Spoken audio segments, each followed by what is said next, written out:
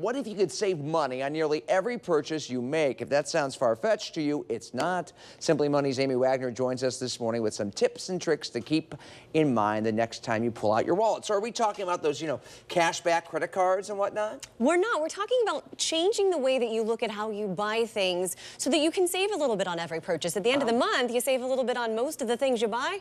Really adds up. You'll notice some major savings. Clipping coupons and all that? I am not a coupon clipper. Okay, good. So let's start with this. Good. Frank, if there's anything that you can buy used, don't buy new.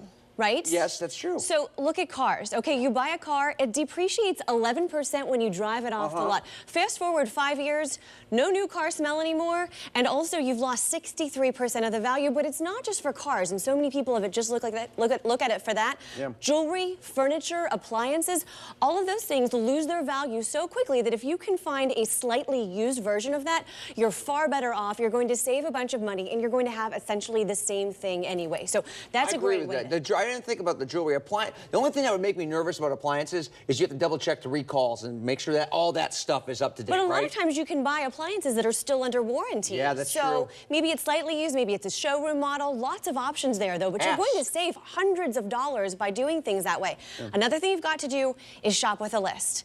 I am a multiple list person. Here's why. Okay, you've got the grocery store, your Target run, whatever that is. That's one list. But how many times a week do you think, you know what, we're going to need this. We're going to need that. I'm going to need a new winter coat when the boys are going to need new boots for next year. Start making a list of long-term needs. Then say this spring when things are deeply discounted, that's when you buy the boots. That's when you buy the winter coat. Oh, that's a good idea, yeah. Yes, but you'll forget it. You think about it. If you don't write it down, you're going to forget about it. The next time you're shopping, you're not going to remember that thing. Then you're going to wait till next winter and you're going to buy it full price. And lists help you cut down on impulse buys too. When you go to the store, I don't know if that was on my list, but I want that. So another place you need to use those lists is if you're a warehouse shopper, Sam's or Costco, they're counting on you buying those big, beautiful things in the middle of the store. That 17-piece luggage set, the ginormous trampoline, the pool float bigger than a raft. But here's where you're going to save. Beer cooler, fridges, and all that. Yes, exactly. That's where the biggest markup is. The biggest savings is on pasta,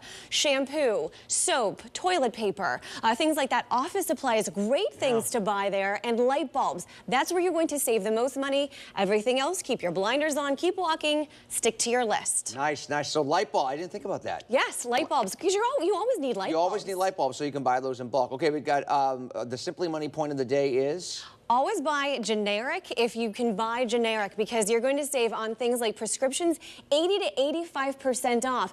And maybe you go to the grocery store and you think, okay, my kids aren't going to like that generic cereal. You're wrong. Consumer Reports did a blind test, and in most cases, everyone liked either the store brand better than the name brand, or they came out as a tie. Instead of Cheerios, they like Super O's or whatever they call them. They'll never notice the difference. They'll never know. Amy Wagner, thank you.